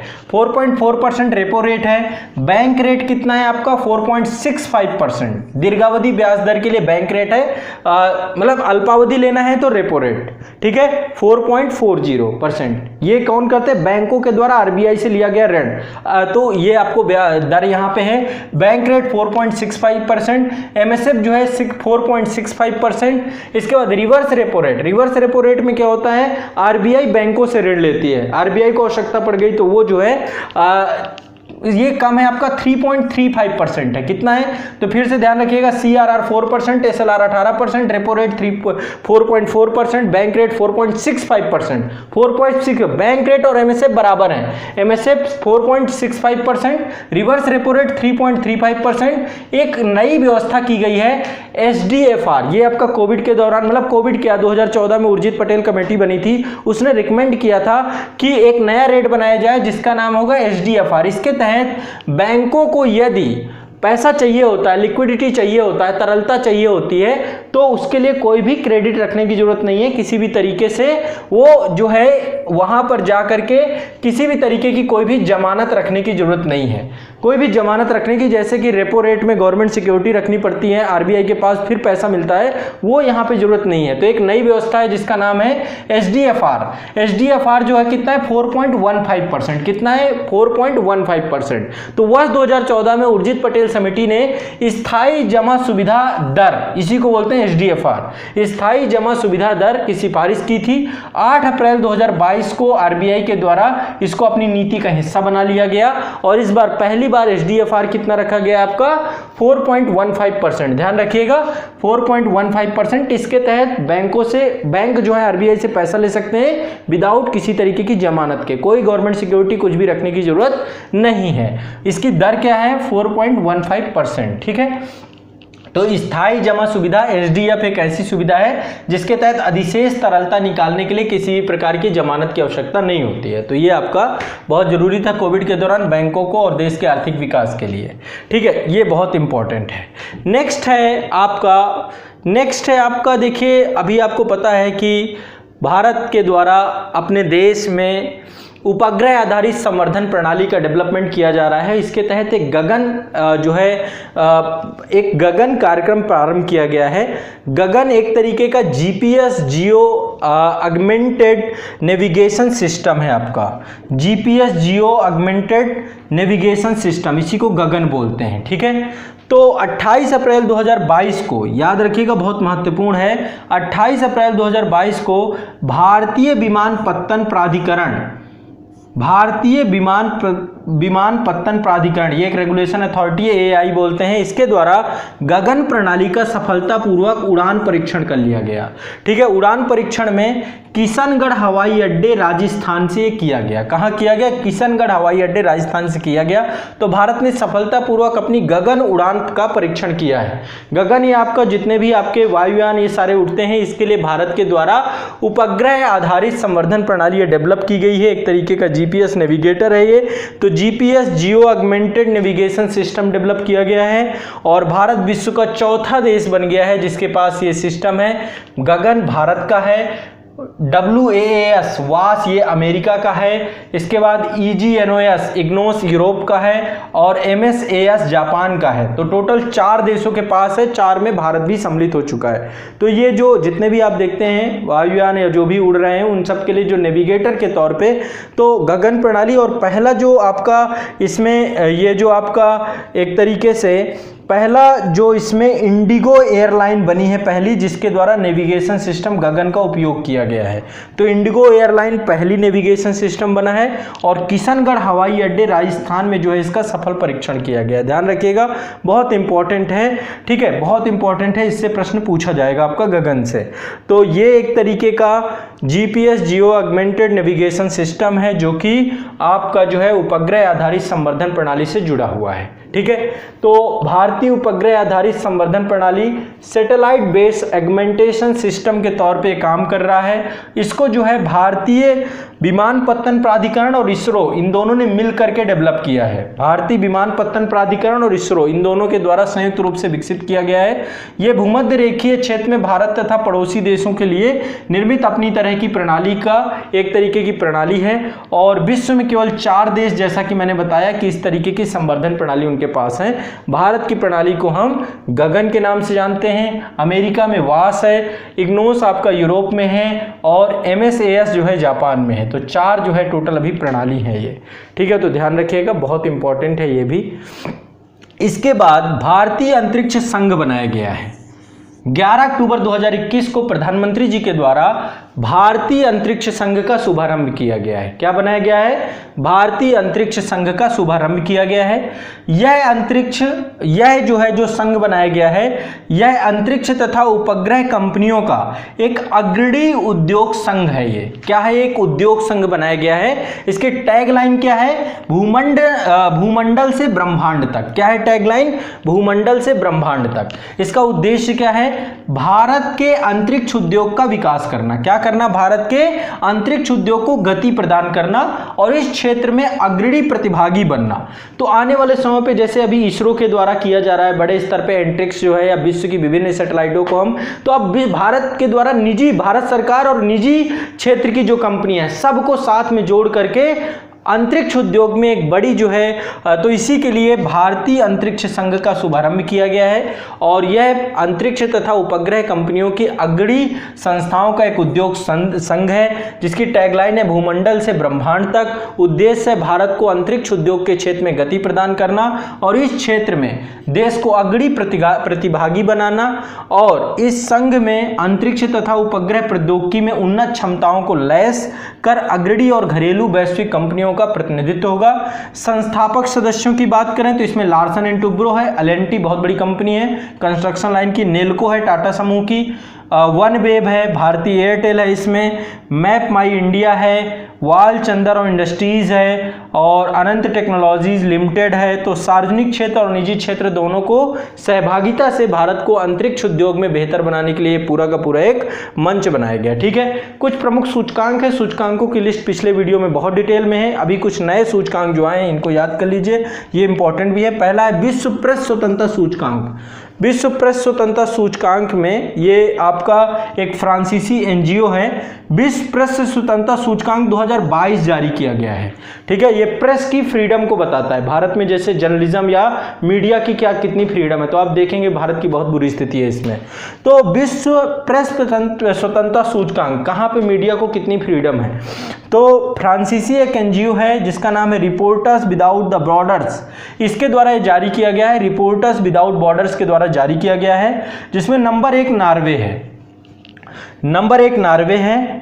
ठीक है, और भारत का स्थान 150वां है। क्या है भारत का स्थान? 150वां है। भारत का स्थान 150वां है, पिछले साल 141वां था, इस साल स्थिति और बुरी हो गई। तो प्रेस की स्थिति बद से बदतर है, जो कि लोकतंत्र का चौथा स्तंभ कहा जाता है। तो प्रेस की स्वतंत्रता, आपको तो पता ही है कि मीडिया के क्या हाल है ना।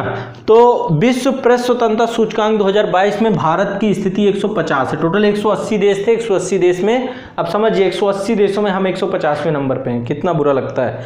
नॉर्वे नंबर 1 है, ठीक है, नॉर्वे नंबर 1 है। इसके बाद दूसरा विश्व प्रसन्नता रिपोर्ट 2022। विश्व प्रसन्नता रिपोर्ट 2022 ये संयुक्त राष्ट्र पोषणीय विकास समाधान नेटवर्क के द्वारा प्रकाशित किया जाता है, जिसमें नंबर 1 में विश्व का सबसे प्रसन्न देश फिनलैंड है। भारत की रैंक बहुत बुरी है, 136वीं है। 2021 में 139वीं थी, इस बार 136वीं है, ठीक है।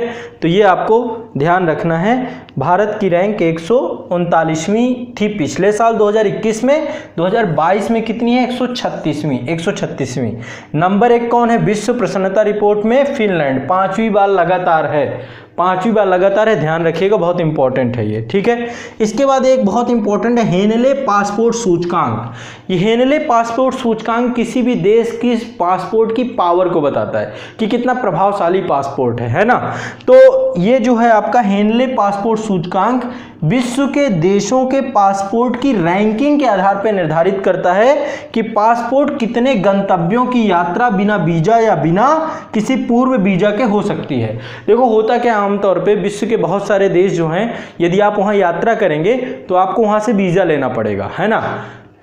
विश्व के बहुत सारे देश ऐसे हैं जहां पे भारत के लिए भारतीय यात्री हैं, यदि भारतीय आप पासपोर्ट रखते हैं तो आपको वीज़ा लेने की ज़रूरत नहीं है। लेकिन ऐसे देश बहुत ज़्यादा नहीं, लगभग 60 देश हैं। जबकि सिंगापुर या जापान का यदि आपके पास पासपोर्ट है या वहाँ के जो नागरिक हैं उनके लिए 192 देश हैं जहाँ पे वो जा सकते हैं बिना किसी वीज़ा के या पूर्व वीज़ा के। वीज़ा ऑन अराइवल की भी व्यवस्था होती है, जब आप पहुँचेंगे एयरपोर्ट में तो वहाँ पे भी वीज़ा मिल जाता है। बहुत सारे देशों के नागरिकों के लिए ये व्यवस्था, वहाँ चेकिंग होती है, सारी चीज़ें होती हैं। तो अभी ये मतलब ये एक हेनले पासपोर्ट सूचकांक बताता है कि विश्व में किस देश के पासपोर्ट की कितनी वैल्यू है, ठीक है। तो ध्यान रखिएगा। तो ये जो है हेनले एंड पार्टनर्स द्वारा ये रैंकिंग जारी की जाती है। अंतर्राष्ट्रीय वायु परिवहन संघ द्वारा जो आंकड़े होते हैं उन पे आधारित है ये। जापान और सिंगापुर, इनको संयुक्त रूप से प्रथम स्थान प्राप्त हुआ है। जापान और सिंगापुर के पासपोर्ट 192 देशों में वीजा ऑन अराइवल या बिना कोई वीजा की जरूरत नहीं है, उनके लिए पूरी व्यवस्था है। भारत की बात करें तो भारत का 84वां स्थान, 84th रैंक है हमारी। बहुत बुरा हाल है अभी देखा जाए, 84वां। लगभग भारतीय पासपोर्ट जो है बिना किसी पूर्व वीजा के 60 देशों में यात्रा कर सकते हैं। कितने में कर सकते हैं? 60 देशों में यात्रा कर सकते हैं। तो बाकी जितने भी सूचकांक है पिछले वीडियो में हैं, जाके जरूर देख के जाइएगा, बिना उनके देखे मत जाइएगा, ठीक है। तो ये सूचकांक आपके कुछ महत्वपूर्ण है। मैंने आपको प्रेस फ्रीडम इंडेक्स बता दिया, इसमें भारत की 150वीं रैंक है। प्रसन्नता रिपोर्ट बता दी, भारत की जो है 136वीं रैंक है, ठीक है। नेक्स्ट है पर्यावरण के बारे में। पर्यावरण में देखो, मैंने कोप को तो बता ही दिया, COP26 ग्लासगो में हुआ था इस बार के स्कॉटलैंड में। 3 सितंबर 2021 को तमिलनाडु सरकार के द्वारा देश में पहला डुगोंग संरक्षण रिजर्व की स्थापना की गई है। अब देखो ये आ जाता है यूपीएससी में कई बार, डुगोंग के बारे में पूछ लेता है कि ये कैसी प्रजाति है, संकटग्रस्त है, क्या है। तो 3 सितंबर 2021 को तमिलनाडु सरकार के द्वारा देश में पहला डुगोंग संरक्षण रिजर्व स्थापित किया गया है, इसकी घोषणा की गई है। डुगोंग संरक्षण केंद्र का क्षेत्रफल जो है वो कितना है? 500 वर्ग किलोमीटर है। कितना है? 500 वर्ग किलोमीटर इसका क्षेत्रफल है पूरा का पूरा डुगोंग। तो तमिलनाडु सरकार ने देश के पहले डुगोंग संरक्षण रिजर्व की स्थापना की घोषणा की है ना। थोड़ा सा याद रखिएगा, इंपॉर्टेंट है ये। इस डुगोंग संरक्षण केंद्र का क्षेत्रफल कितना है? 500 वर्ग किलोमीटर। एक जगह है जिसका नाम है आदिरामपट्टिनम से लेकर के अमानीपट्टिनम तक जो है, यानी पाक की खाड़ी से लेकर मन्नार की खाड़ी के मरीन क्षेत्र में ये विस्तारित है। पूरा जगह आपका आदिरामपट्टिनम से लेकर अनामीरामपट्टिनम है, तो पाक की खाड़ी और मन्नार की खाड़ी क्षेत्र में विस्तारित है। भारतीय वन्यजीव संस्थान के अनुसार डुगोंग भारत में मन्नार की खाड़ी, पाक की खाड़ी, कच्छ की खाड़ी और अंडमान निकोबार द्वीप समूह में पाए जाते हैं, वहां पे सागर में पाए जाते हैं। डुगोंग एक अंतर्राष्ट्रीय प्राकृतिक संरक्षण संघ द्वारा जारी की जाने वाली लाल सूची में, रेड डेटा लिस्ट में सुबोध श्रेणी में आता है। सुबोध श्रेणी यानी कि अभी संकटग्रस्त नहीं है ना, तो सुबोध श्रेणी के अंतर्गत इसको रखा गया है यहाँ पे।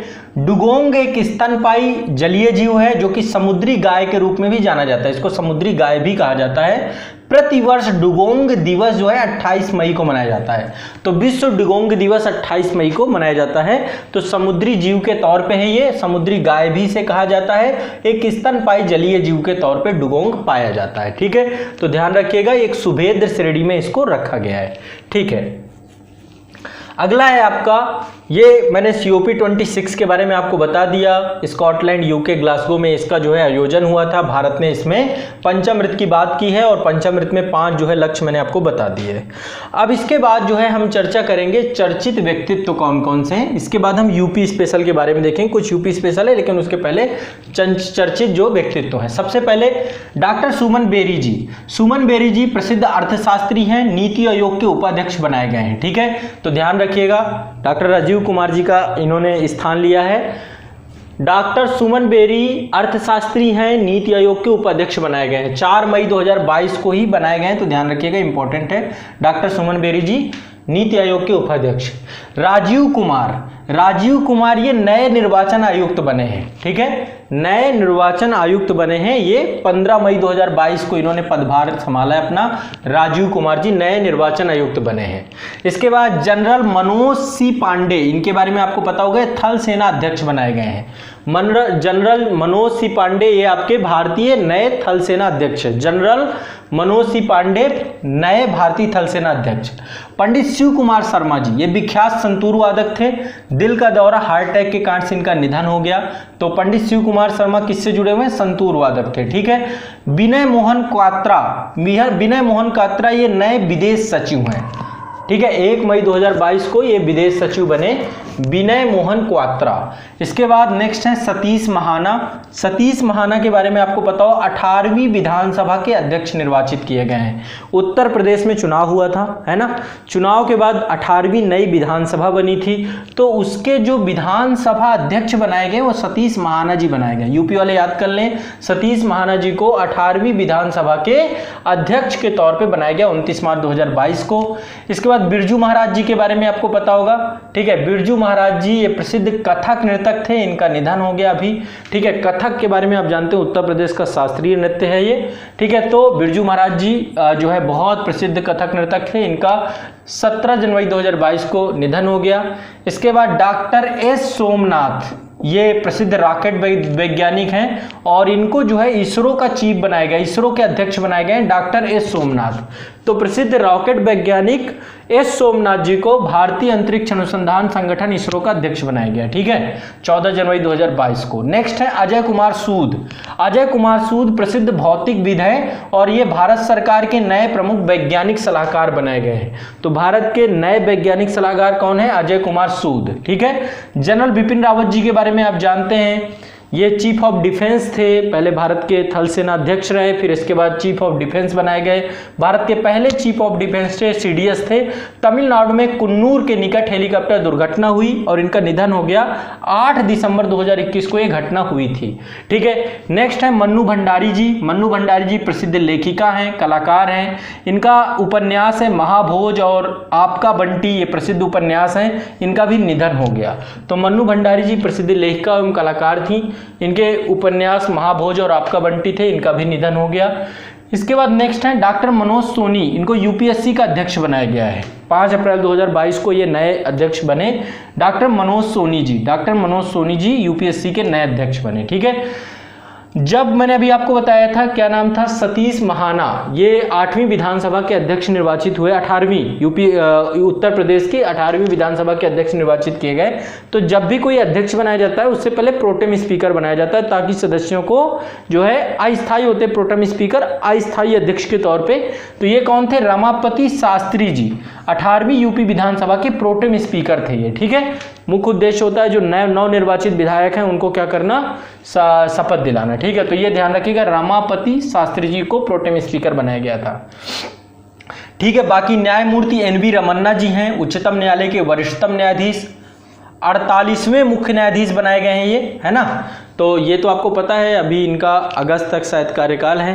तो न्यायमूर्ति NV रमन्ना जी उच्चतम न्यायालय के मुख्य न्यायाधीश 48वें मुख्य न्यायाधीश हैं। संख्या भी याद पूछ लेता है कई बार, तो 48वें मुख्य न्यायाधीश बनाए गए हैं। भूपेंद्र पटेल जी गुजरात के 17वें मुख्यमंत्री के रूप में हैं, ठीक है, गुजरात के 17वें मुख्यमंत्री हैं भूपेंद्र पटेल जी।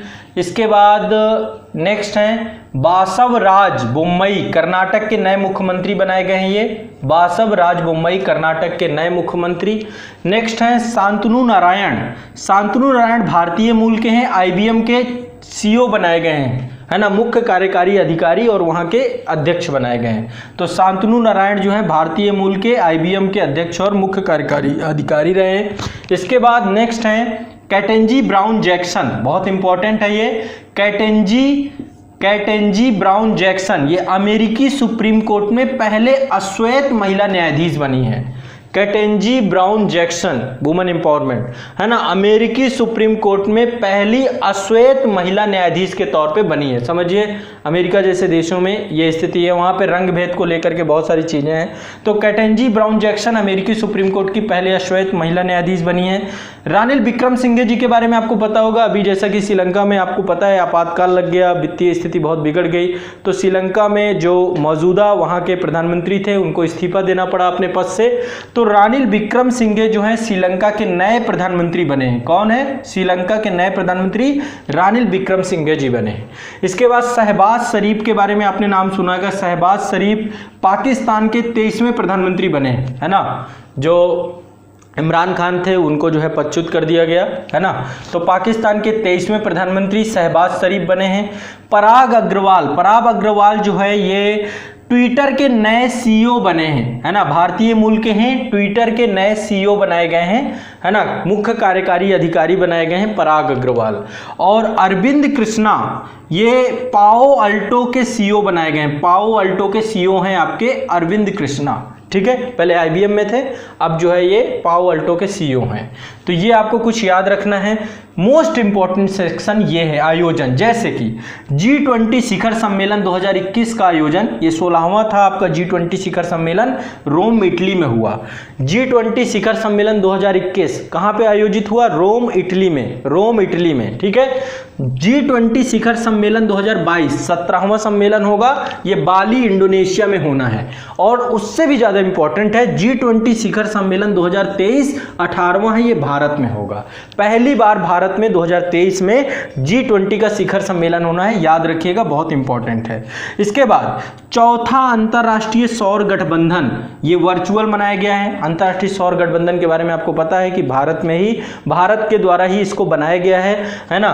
तो गुरुग्राम में जो है इसका कार्यालय भी है, ऑफिस भी है, सारी चीजें हैं, मुख्यालय है इसका।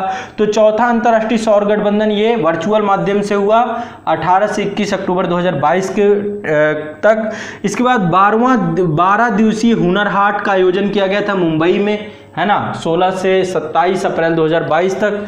इसके बाद 21वां SCO का शिखर सम्मेलन, संघाई सहयोग संगठन का सम्मेलन 2021 का दुशांबे में हुआ था। दुशांबे तजाकिस्तान में, तजाकिस्तान की राजधानी है, ठीक है, तजाकिस्तान की अध्यक्षता में ही हुआ था।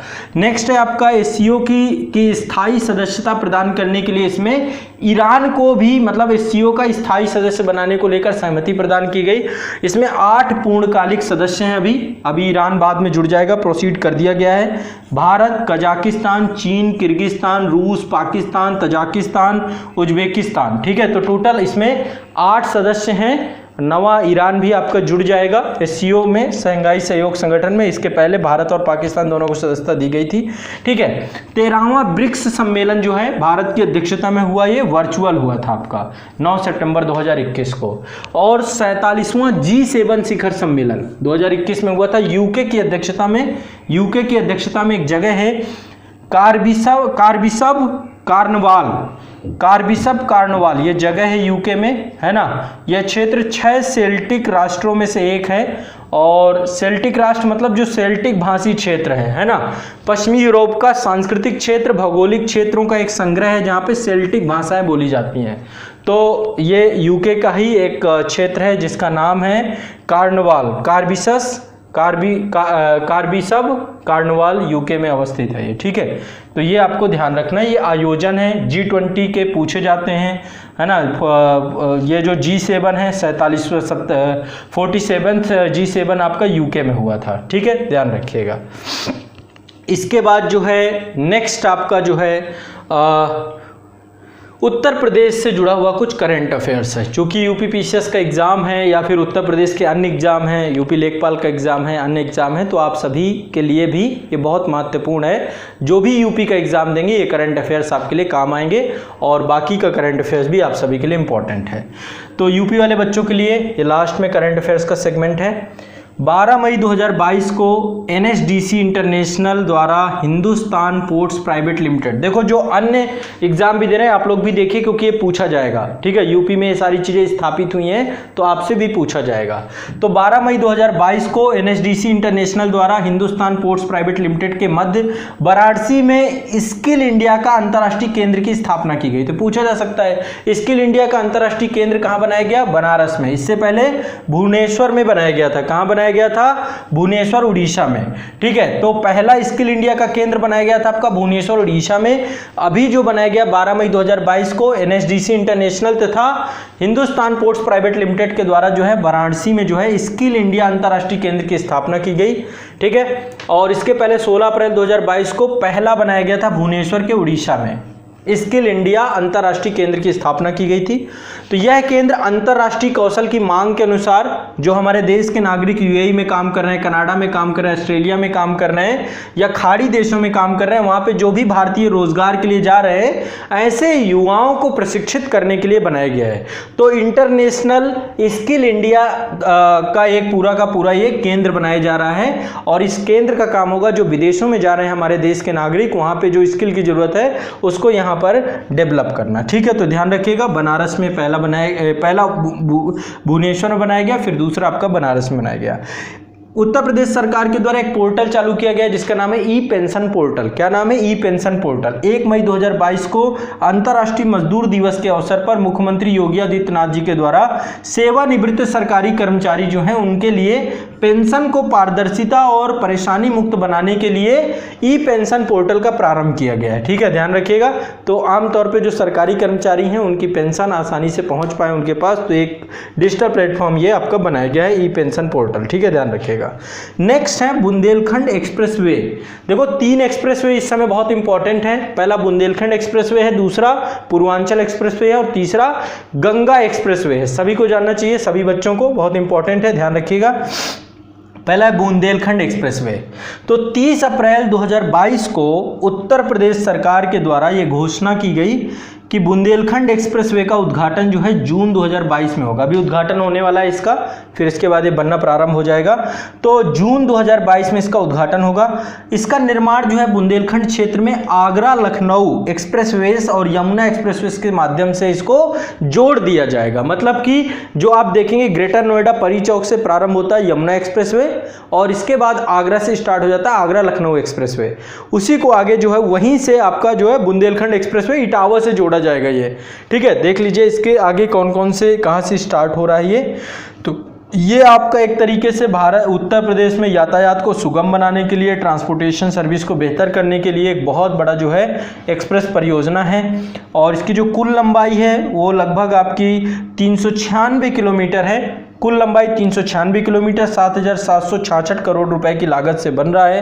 प्रारंभ इसका चित्रकूट से होता है, वहीं पे एक जगह भरतकूप चित्रकूट के निकट जो है ये आपका जो है प्रारंभ होता है, इसका स्टार्टिंग होता है। और कुदरैल एक जगह है इटावा में समाप्त हो जाता है।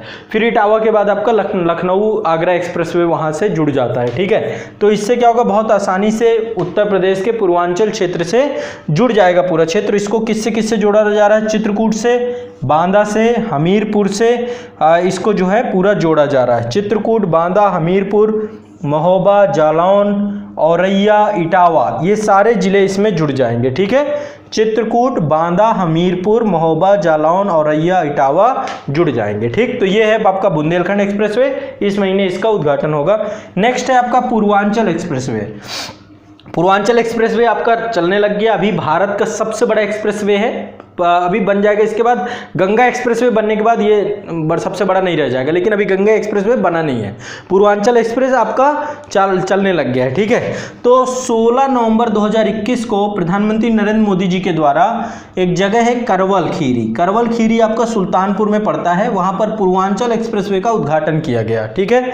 इसकी कुल लंबाई कितनी है? 341 किलोमीटर, यानी देश का सबसे लंबा एक्सप्रेसवे परिचालित है जो अभी है ना, अभी बनने वाले तो बहुत सारे जब बन जाएंगे तो फिर ये, तो 341 किलोमीटर देश का सबसे लंबा एक्सप्रेसवे है जो परिचालित है। यह एक्सप्रेसवे लखनऊ जिले से प्रारंभ होता है, ठीक है। लखनऊ जिले में लखनऊ सुल्तानपुर रोड से प्रारंभ होता है NH 331 से, वहां पर एक जगह है चांद सराय गांव, वहां से स्टार्ट होता है। लखनऊ सुल्तानपुर रोड में चांद सराय गांव से प्रारंभ होता है और इसके बाद गाजीपुर तक जाता है आपका। गाजीपुर जिले में यह आपका जो है कई सारे गांव में एक गांव है गाजीपुर जिले में हैदरिया गांव, वहां पे जाके समाप्त हो जाता है, ठीक है। तो लगभग 9 जिलों से होकर के जा रहा है ये एक्सप्रेसवे, लखनऊ, बाराबंकी, अमेठी, सुल्तानपुर, अयोध्या, है ना, अयोध्या, अंबेडकर नगर, आजमगढ़, मऊ, गाजीपुर, ठीक है। तो ये आपको ध्यान रखना है। इसमें एक हवाई पट्टी भी बनाई गई है आपात लैंडिंग को लेकर के। तो सुल्तानपुर के कुबेरपुर गांव में लगभग 3.2 किलोमीटर लंबी हवाई पट्टी, यदि किस तरह की कोई बात हो जाती है तो आपात के लिए बनाई गई, आपात लैंडिंग के लिए। नेक्स्ट है आपका गंगा एक्सप्रेसवे। तो देखिए ये आपका पूर्वांचल एक्सप्रेस हो गया, रनिंग है, चल रहा है, उद्घाटन कर दिया गया इसका अभी चुनाव से पहले। 18 दिसंबर 2021 को प्रधानमंत्री नरेंद्र मोदी जी के द्वारा शाहजहांपुर उत्तर प्रदेश में गंगा एक्सप्रेसवे का भी उद्घाटन कर दिया गया, उसका आधारशिला रख दी गई है, ठीक है। तो आधारशिला इसकी रख दी गई है गंगा एक्सप्रेसवे की, कहाँ से? शाहजहांपुर उत्तर प्रदेश से, वहाँ से स्टार्ट हो रहा है। यह एक्सप्रेसवे पूर्वी उत्तर प्रदेश को पश्चिमी उत्तर प्रदेश से जोड़ता है, पूरा जोड़ देगा, पूर्वी से पश्चिमी, है ना, बहुत बड़े स्तर पे बन रहा है ये आपका पूरा का पूरा। तो पूर्वी उत्तर प्रदेश को पश्चिमी उत्तर, मेरठ से प्रयागराज तक जाएगा, समझो, मेरठ आपका पश्चिमी उत्तर प्रदेश और पूर्वांचल दोनों जुड़ जाएंगे आपस में, ठीक है। तो ये आपका जो है पूर्वी उत्तर प्रदेश को पश्चिमी उत्तर प्रदेश में जोड़ देगा। इसकी लंबाई 594 किलोमीटर है, कितनी है? 594 किलोमीटर। ये मेरठ जिले को लेकर के, मेरठ जिले में एक जगह है बिजौली गांव, वहां से प्रारंभ हो रहा है और प्रयागराज जिले में एक जगह है जुड़ापुर डांडू गांव, है ना, वहां पर जाकर समाप्त हो जाएगा। तो उत्तर प्रदेश एक्सप्रेस औद्योगिक विकास प्राधिकरण, है ना, इसकी नोडल एजेंसी है ना। और ये जो है आपका मेरठ, हापुड़, बुलंदशहर, अमरोहा, संभल, बदायूं, शाहजहांपुर, हरदोई, उन्नाव, रायबरेली, प्रतापगढ़ और प्रयागराज जिलों से जुड़ जाएगा। 12 जिले हैं इसमें टोटल। तो अब आप देखिए यहाँ पे पूर्वांचल एक्सप्रेसवे जो आपका था ये टोटल जो है 9 जिलों से होकर के जाता था, लगभग इसकी 341 किलोमीटर टोटल लंबाई थी। और वहीं जो आपका ये गंगा एक्सप्रेसवे है इसकी टोटल लंबाई जो है 594 किलोमीटर है। तो जब ये आपका परिचालित हो जाएगा तो ये सबसे बड़ा हो जाएगा भारत का। तो ये जो है आपके एक्सप्रेसवे से जुड़ी हुई बातें हैं। इसके बाद उत्तर प्रदेश को कुछ अवार्ड मिले हैं। अभी आपका एक स्मार्ट सिटी अवार्ड मिला है। 18 से 20 अप्रैल 2022 को सूरत गुजरात में स्मार्ट सिटी और स्मार्ट शहरीकरण सम्मेलन जो है सूरत में जो है ये Surat smart city corporation development limited के सहयोग से प्रारंभ किया गया था। ठीक है, इसमें जो है इस सम्मेलन में इंडिया स्मार्ट सिटी अवार्ड प्रतियोगिता 2020 जो है हुई थी, उसमें उत्तर प्रदेश को प्रथम स्थान मिला है। इंडिया स्मार्ट सिटी अवार्ड प्रतियोगिता 2020 में उत्तर प्रदेश को प्रथम स्थान मिला है। ध्यान रखिएगा इस चीज को, ठीक है। सर्वश्रेष्ठ राज्य का दर्जा मिला है। साथ में नेक्स्ट है आपका, अभी जो आप देख रहे हैं जलवायु को लेकर के, जो ऊर्जा को लेकर के आपका राज्य ऊर्जा और जलवायु सूचकांक जो आपका है उसका जो है उत्तर प्रदेश में अभी इसका जो है आपका नीति आयोग के द्वारा जो है 11 अप्रैल 2022 को नीति आयोग के द्वारा 11 अप्रैल 2022 को राज्य ऊर्जा और जलवायु सूचकांक ये आप इसका शुभारंभ किया गया था। इसमें उत्तर प्रदेश को 13वां स्थान प्राप्त है ना। तो ये जो है आपका कुछ महत्वपूर्ण करंट अफेयर्स आपके थे।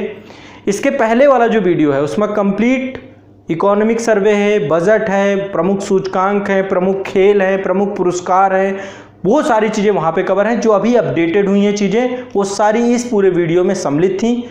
मैंने आपको राष्ट्रीय परिदृश्य के बारे में बताया, अंतर्राष्ट्रीय परिदृश्य बताया, आर्थिक परिदृश्य में जो चीज़ें अपडेट हुई थी बता दी, विज्ञान एवं प्रौद्योगिकी में बता दी, कुछ सूचकांक अपडेट हुए थे, पर्यावरण के अंतर्गत चीज़ें और उत्तर प्रदेश परिदृश्य और प्रमुख चर्चित व्यक्ति और कुछ प्रमुख आयोजन, इन सभी विषयों पर आपसे एक विस्तार में चर्चा हो गई।